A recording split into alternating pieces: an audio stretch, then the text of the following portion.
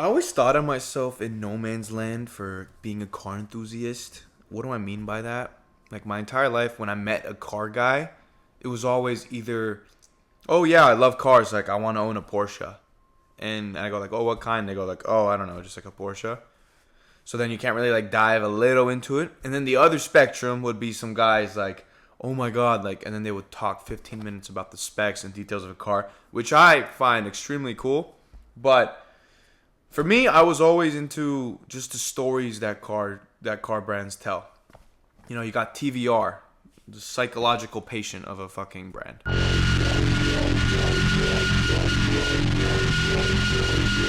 We got Tesla, you know, the futuristic, they're trying to be different, unique. We got Toyota, reliability. We got Porsche, engineering, built for, you know, just perfect racing. You got BMW, an Armenian's wet dream. Just different cars, and I was doing this since I was a kid. Different cars have different faces, different personalities, what they say about you. So I always thought like, oh, like there's nothing out there to really fill my need, which is like just storytelling, learning about cars. And that's where I was wrong. That's where Top Gear came in. That's where the iconic trio came in. This video, I wasn't actually planning on making anything like this. Last night I watched the final special. Pretty much the last time these three are going to be on camera for us, drifting around cars, all that. And I can't lie, dude, I got a little emotional, man. I teared up a little because I watched these guys since I was 10. I was a little kid. After school, every night I'd finish my homework and then I'd get a bowl of ice cream or a bowl of cereal. I was a fat ass.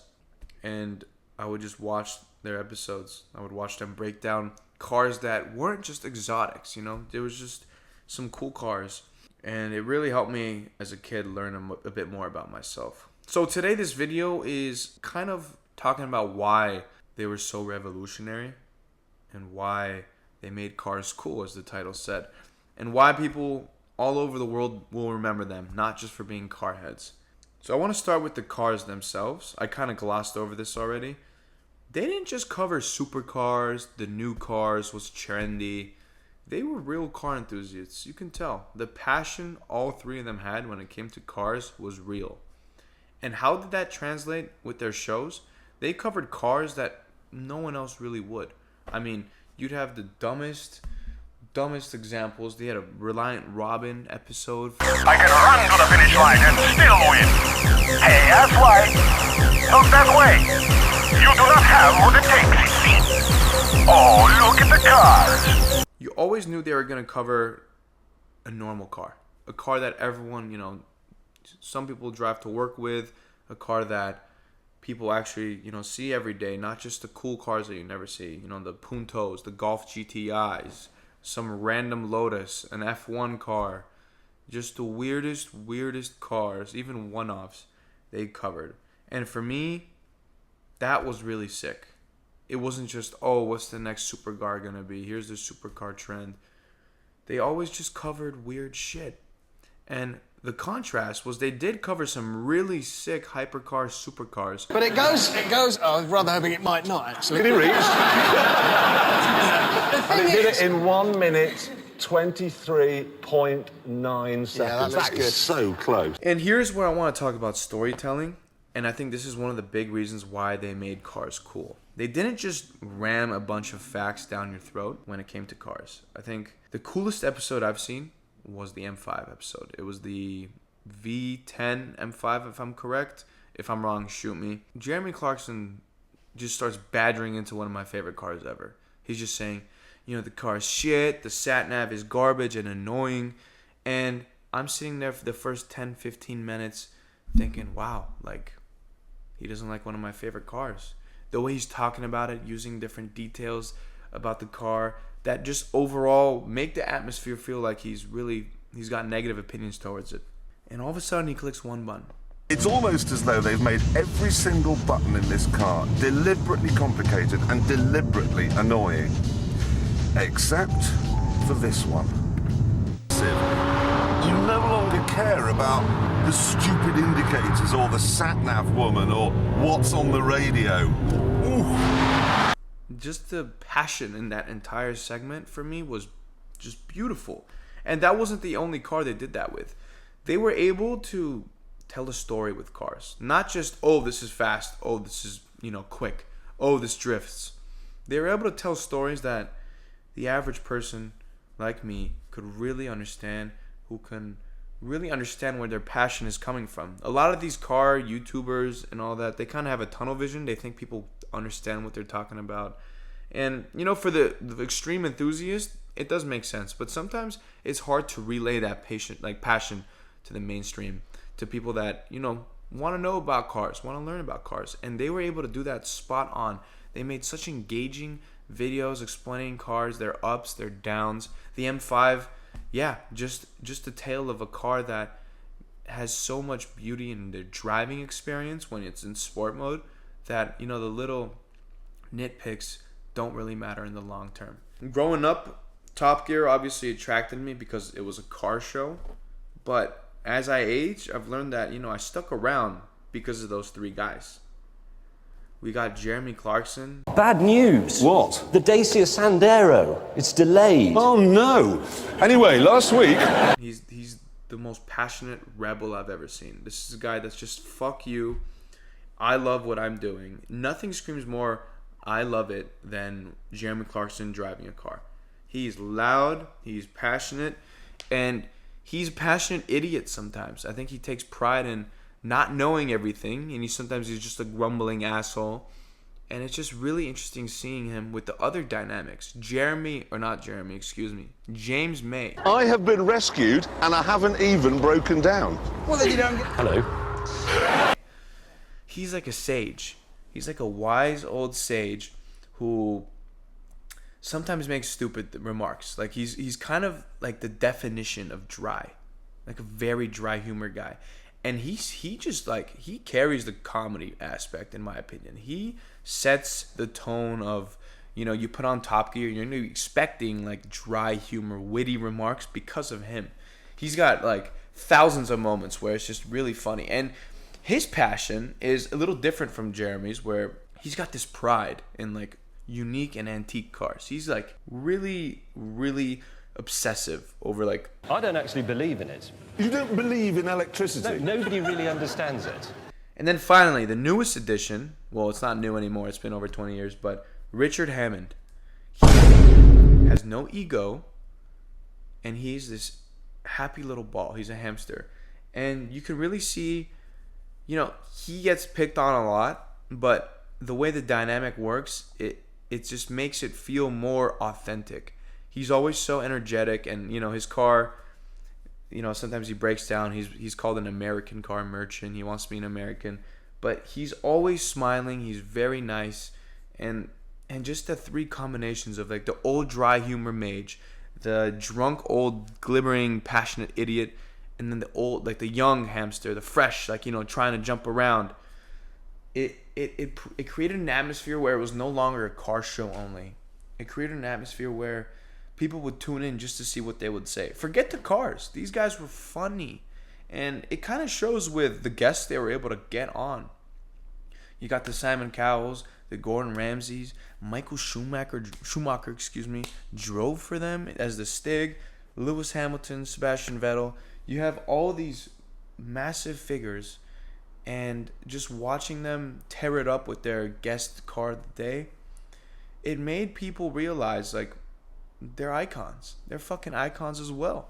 And as you saw the progression of the show, it started with like 10 guys in a circle awkwardly standing in the back when Jeremy Clarkson's talking about something, and you would slowly see it transition into an entire mainstream audience full of girls, full of men, full of like everyone.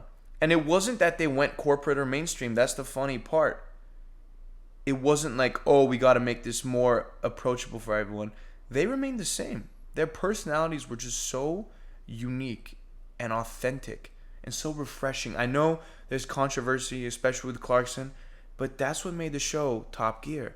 I want to talk about their specials as well. As you know, I did watch the special yesterday. And there's something about the special that is so amazing. It's like Anthony Bourdain of cars, really. The specials were barely about the cars, if I'm being honest. Of course, they break down. Of course, they go through hard terrains. But the beauty and the nature and the culture that I would always take back from these specials really just made Top Gear so fucking great. And the Grand Tour. It was never always about just the cars. It was about life. And I don't want to sound like a fucking Socrates, but watching Top Gear and watching the Grand Tour, it just reminded me that life is beautiful. You're seeing these trees, these animals, the sun setting, tenting out with your friends, having a beer at 2 a.m., getting ready to go sleep, and then wake up and drive 100, 200, 300 miles. It's all about just enjoying life. And those specials were so therapeutic to watch. Just three guys living their lives. And obviously, I never can speak for what was always going in the background, like between them, the three, but you can tell they're just so authentic. And, these specials just emitted something, which was like, just live your life, man. Like, yeah, we gotta worry about finding jobs, we gotta worry about things, but hey, look at this fucking road in Switzerland. Look at this 1960s, 1970s, 1980s car I'm in. I'm gonna take a drive, and I'm gonna forget about everything. Loving cars doesn't mean knowing 3,000, 4,000 facts about it. It means showing a passion. That's it. You're born with it or you're not. And it's just the passion of cars are gone. And the reason why Clarkson specifically, but I think all three really hate electric cars. Correct me if I'm wrong. I don't know. There's no love behind them. They are just microwaves. They are just TVs. You plug them and you charge them. Every electric car, to an extent, is very similar. And they have no engines. They have no potential to just break down and then be fixed. Electric cars that break down, I don't know. Maybe down the road you can fix them. But there's nothing like popping the hood. You're in Zimbabwe. You're in the Middle East, 100, 120 degrees, and just fixing it. It breathed life into these cars, and we're fading away from the gas cars, and them fading away really feels like it's parallel. And we're gonna get into this new era of hyper content where everything trendy is gonna be at the top of the lists. The new Lamborghini Huracans, the Aventadors, and don't get me wrong, they still covered that, but and they just want to actually show us their passion about cars, and not in a way where it's like, "Ooh, I know more about cars than you," but just showing why they love it so much, teaching me why I love it so much. I had no fucking clue why I loved cars since I was a kid. I was a 2-year-old going on walks with my mom and my grandma, and I'd point at a car and be like, BMW, Mercedes-Benz, Mazda, like a 2-year-old, and I'd name every single car on the streets, and I had no idea. But it's just this passion. It's just this absolute passion. And I don't know, man. I really hope something I don't want a new Top Gear because you can't replicate what they have. You gotta be grateful. All I'm asking for is just authenticity. And I'm not saying I'm nearing that, but I think I want to continue playing racing games, but I do want to really dive into cars. Their culture, their history, what makes them so special.